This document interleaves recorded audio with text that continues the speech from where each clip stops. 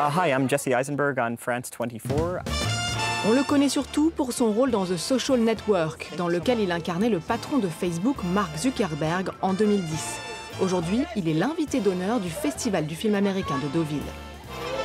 I am in Deauville, here to present my first movie as a director called When You Finish Saving the World. Et pour son passage derrière la caméra, il s'offre les services de Julianne Moore. Ed Jackson a rencontré Jesse Eisenberg pour nous.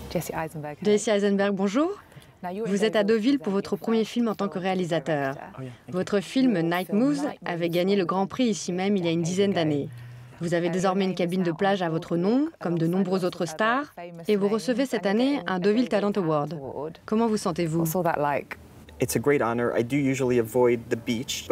C'est un grand honneur. En règle générale, j'ai plutôt tendance à éviter la plage. Et maintenant, je vais y avoir une cabine à mon nom. Donc c'est à la fois extrêmement flatteur et en même temps un peu ironique de voir mon nom associé à une plage. Je suis ravi d'être ici. L'année où Night Moves a remporté un prix, comme vous l'avez justement rappelé, je n'avais pas pu venir. Et j'étais très déçu à l'époque, car j'avais toujours entendu que Deauville était un rendez-vous à ne pas manquer.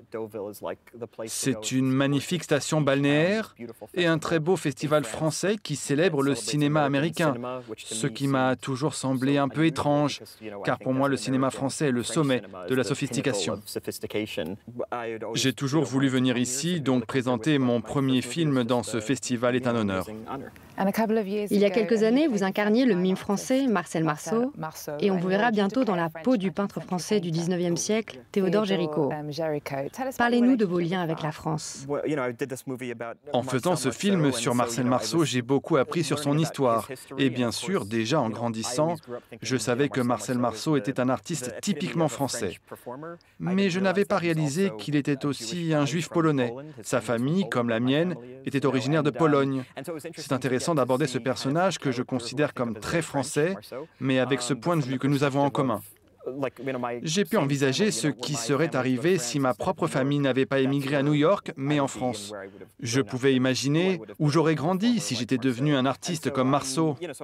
Ça m'a donné à voir la France d'une façon très personnelle.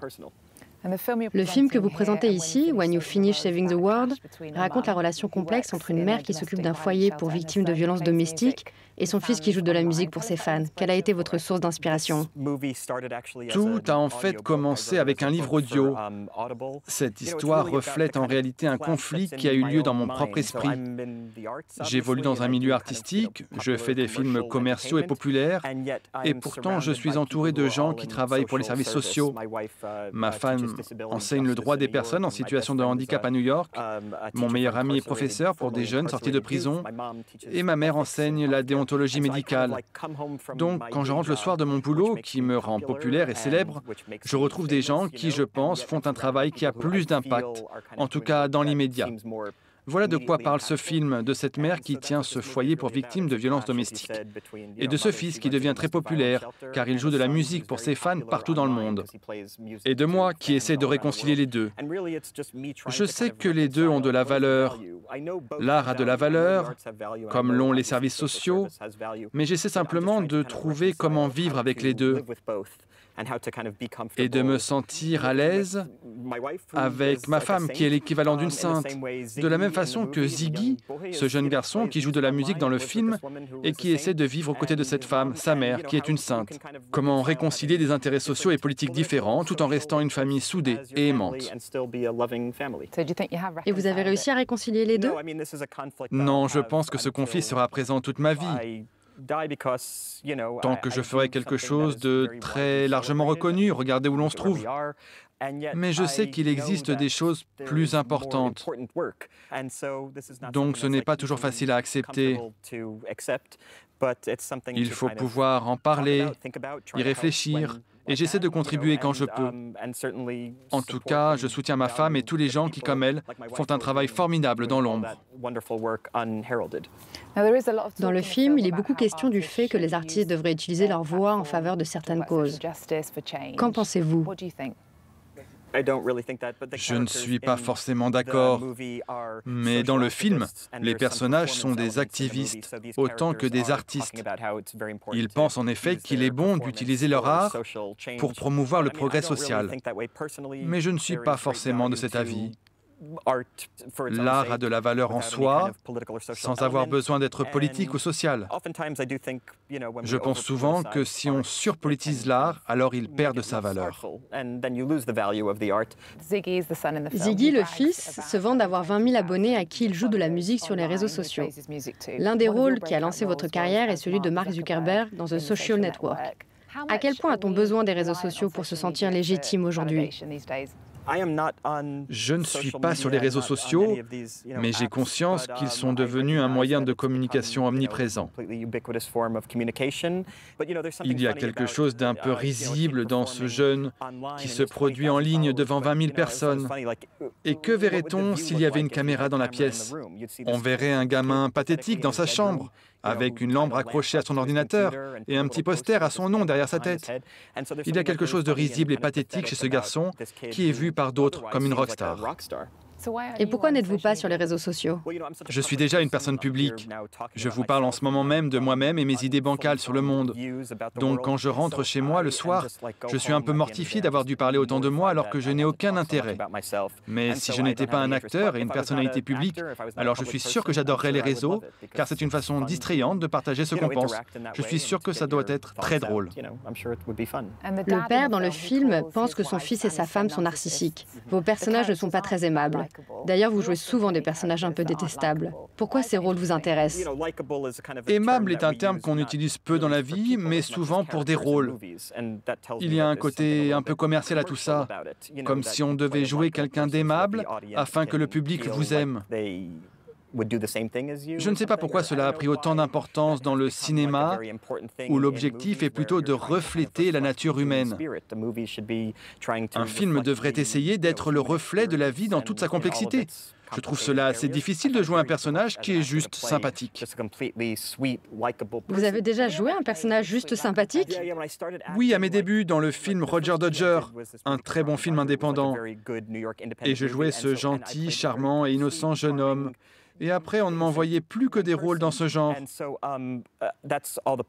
Pendant un moment, j'ai joué des personnages sympathiques. Mais le défi, pour moi, était de garder en tête que tout ce que je fais doit être perçu par le public comme authentique et crédible. Et ce n'est pas si simple. Deauville tient aussi à récompenser l'ensemble de votre carrière. Vous avez joué tellement de personnages différents. Lex Luthor dans Batman vs Superman, le créateur de Facebook, un militant environnemental radical, un mime, un musicien. Vous avez travaillé 2 fois avec Woody Allen. Parlez-nous d'un rôle qui vous a particulièrement plu. Depuis 15 ans, j'écris et produis des pièces de théâtre dans lesquelles je joue. J'ai ainsi pu me créer des rôles sur mesure. Mais c'est assez inhabituel pour un acteur, et généralement, quand je joue dans ces pièces, c'est en quelque sorte la suite de leur écriture. J'écris pendant 6 mois, puis je joue dedans les 6 mois suivants, et donc c'est vraiment un travail sur du long terme. Et j'aime vraiment beaucoup ces personnages. Et bizarrement, en tant qu'acteur, il y a beaucoup de rôles que j'ai obtenus et pour lesquels je ne me serais jamais choisi. Dans mon prochain film, je joue une sorte de Bigfoot. C'est un très beau film, mais j'ai des prothèses, de faux cheveux, et je ne parle pas, je fais des sons. Je ne me serais jamais écrit un rôle pareil. Qui aurait pu avoir une idée pareille à part ces 2 personnes qui l'ont eue? Moi, je crois que j'ai surtout la diversité des rôles qu'on me propose. Dans Man and Drone, vous allez jouer un chauffeur de taxi qui espère devenir bodybuilder. Vous avez dû beaucoup vous entraîner? Oui, nous avons tourné ça l'année dernière. Je suis un bodybuilder amateur et j'ai en effet pris pas mal de poids pour ce rôle. Ça prend pas mal de temps et ce n'est pas aussi drôle qu'on puisse l'imaginer. Que pouvez-vous nous dire à propos de votre prochain film dans lequel vous allez également jouer? Ça raconte l'histoire de 2 cousins éloignés qui étaient très proches mais se sont perdus de vue en grandissant. Ils se rendent en Pologne à la mort de leur grand-mère et se rendent dans les lieux de mémoire de l'Holocauste. C'est une comédie douce amère avec, en toile de fond, un traumatisme historique. J'essaie de poser cette question. Quel est le poids d'un traumatisme historique lorsqu'il est mis en balance avec un malaise et une souffrance contemporaine ? Que deviennent nos névroses modernes lorsqu'on les replace dans le contexte d'un événement historique éminemment traumatisant ? C'est quelque chose qu'en tant que jeune juif, comme c'est le cas de tous les jeunes issus de familles ayant vécu un traumatisme, m'interroge beaucoup. À quel point mes petits problèmes comptent alors que ma famille a été tuée ou a dû fuir en bateau vers un pays étranger dont ils ne connaissaient même pas la langue. Je pense que ces questions sont très présentes aux États-Unis, une terre construite par des immigrants. Nous avons tous des histoires familiales plus difficiles que notre présent. Et que ressentez-vous à l'idée de vous diriger vous-même? Je n'aime vraiment pas me voir à l'écran, donc je ne regarde pas les films dans lesquels j'ai joué. Je me souviens la première fois que j'ai vu mon profil, j'ai été choqué. On ne se voit jamais de profil, et c'était très bien comme ça pour moi.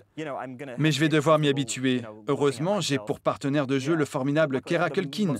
Donc si je suis trop mal à l'aise, je passerai tout simplement à la caméra qui le filme lui. Il a un très beau profil. Bonne chance alors et merci beaucoup.